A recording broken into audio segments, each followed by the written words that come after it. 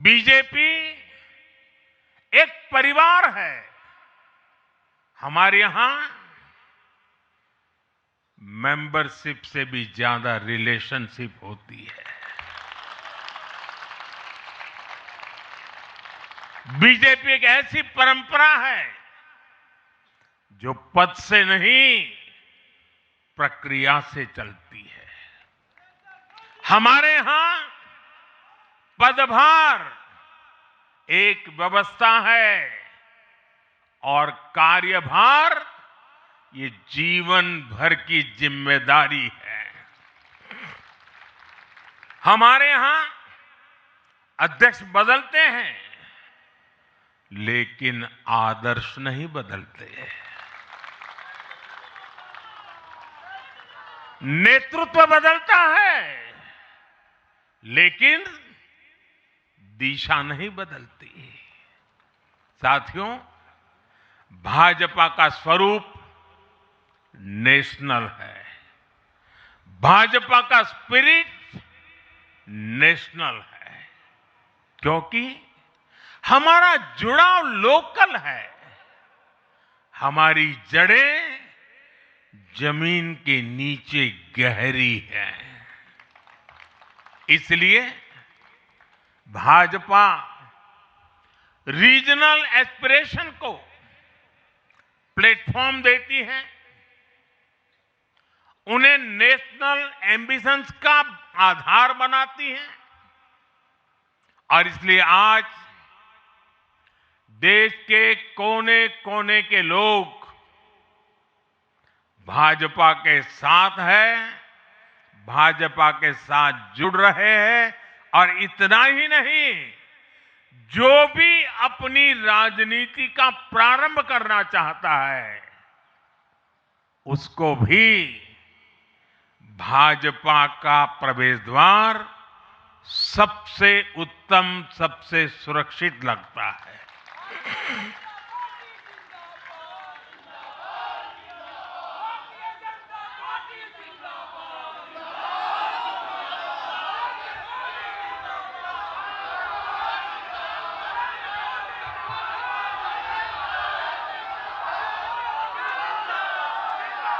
साथियों,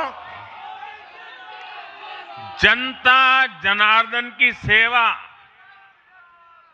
ये हमारे लिए हमेशा सर्वोपरि रही है। हमने सत्ता को सुख का नहीं, बल्कि सेवा का माध्यम बनाया है। इसलिए भाजपा पर जनता का विश्वास निरंतर मजबूत होता गया है।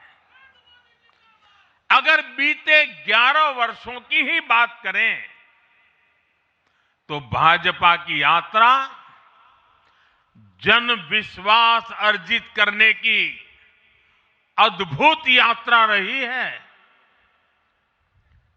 बीते 11 वर्षों में बीजेपी ने हरियाणा, असम, त्रिपुरा और ओडिशा में पहली बार अपने सामर्थ्य से सरकार बनाई। पश्चिम बंगाल और तेलंगाना में भाजपा जनता की एक बड़ी आवाज बनकर उभरी है।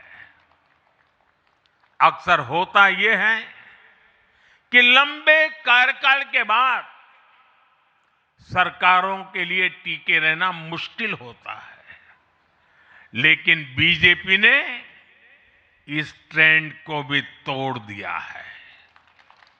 गुजरात हो, मध्य प्रदेश हो, महाराष्ट्र हो, बिहार हो, इन सभी राज्यों में कई कार्यकाल के बावजूद बीजेपी पहले से भी बड़े जनादेश के साथ सरकार में लौटी है।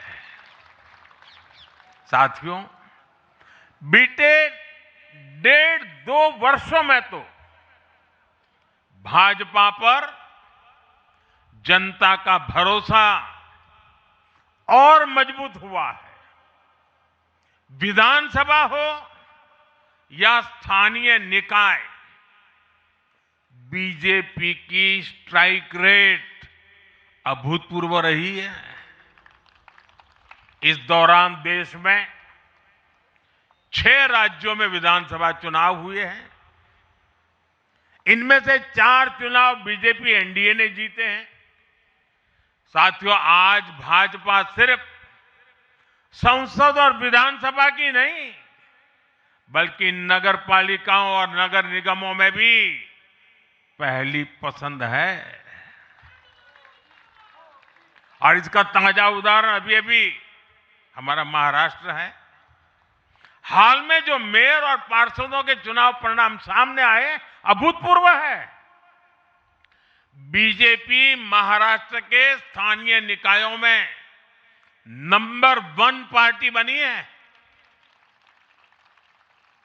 कुल 29 में से 25 बड़े शहरों की जनता ने बीजेपी एनडीए को चुना है।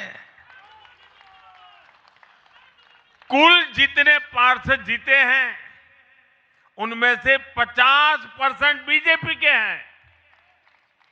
ऐसे ही केरला में भी आज बीजेपी के करीब 100 पार्षद हैं।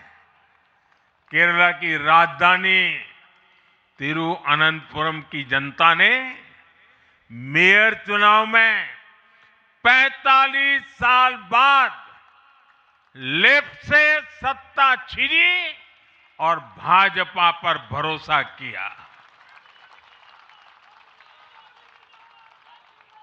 मुझे पूरा विश्वास है कि आने वाले विधानसभा चुनावों में भी लोग केरला में बीजेपी को अवसर जरूर देंगे।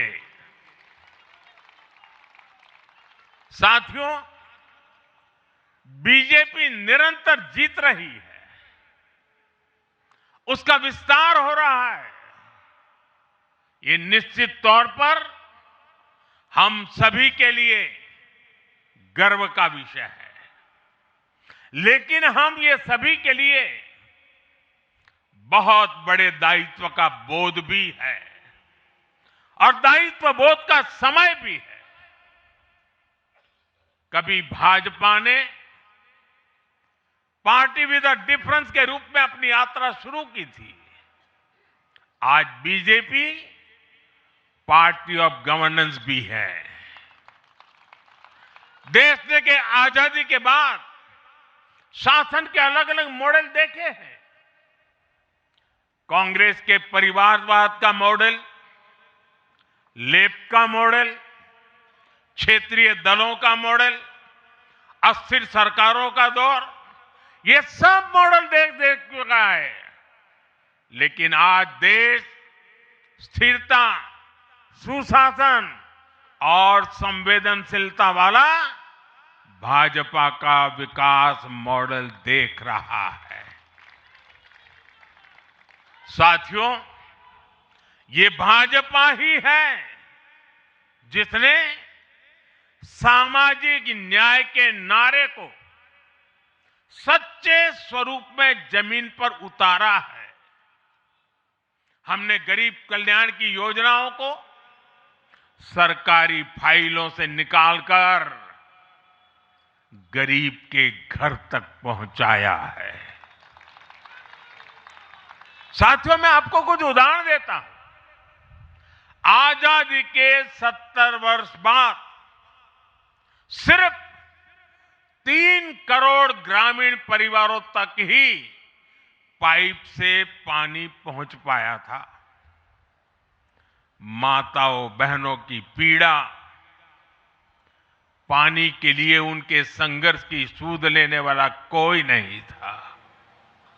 और मुझे याद है, मैं जब गुजरात में राजनीतिक क्षेत्र में नहीं आया था, सामाजिक जीवन में काम करता था, तो हमारे यहाँ एक धंधुका करके स्थान है, वहाँ मैं जाता था तो वो मुझे वहाँ के लोग कहते थे कि आप यहाँ रात को मत रुकिए और जब भी आपका दौरा हो तो सुबह 10 बजे के बाद आइए।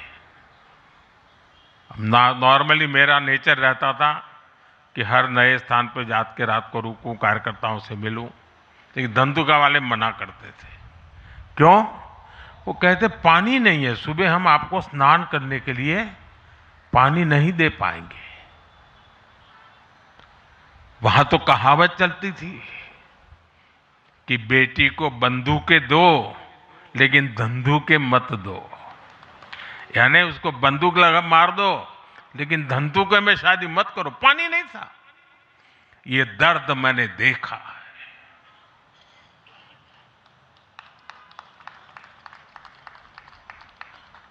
मैं धरती की सच्चाई से जुड़ा था। माताओं बहनों की पीड़ा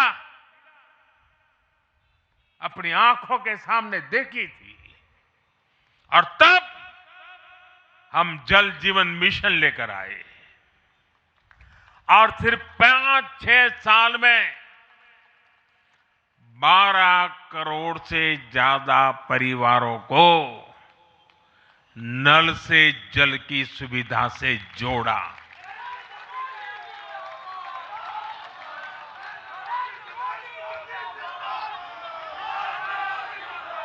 साथियों, ये हमारी सरकार है जिसने धुएं से बीमार होती बहनों की पीड़ा समझी, वरना पहले तो एलपीजी गैस को भी अमीरों का ही सौभाग्य मान लिया गया था। भाजपा ने पूरी संवेदनशीलता के साथ हर घर को एलपीजी गैस कनेक्शन से जोड़ने का अभियान चलाया। वर्ष 2014 तक जहां सिर्फ 14 करोड़ एलपीजी कनेक्शन थे, आज देश में 33 करोड़ से अधिक गैस कनेक्शन है। ऐसे ही गांव की बहनों को लखपति दीदी बनाने का अभियान है। यह भी इसलिए संभव हो पाया क्योंकि भाजपा बहनों बेटियों के सपनों के प्रति संवेदनशील है। साथियों, एक जमाना था हम भी सुनते थे कि फलाना परिवार वो तो लखपति परिवार है, ढीकना परिवार लखपति परिवार है, यानी लखपति होना बहुत बड़ी बात मानी जाती थी। ये मोदी है जो सपने देखता है कि मेरे गांव की गरीब मां भी लखपति दीदी बनेगी।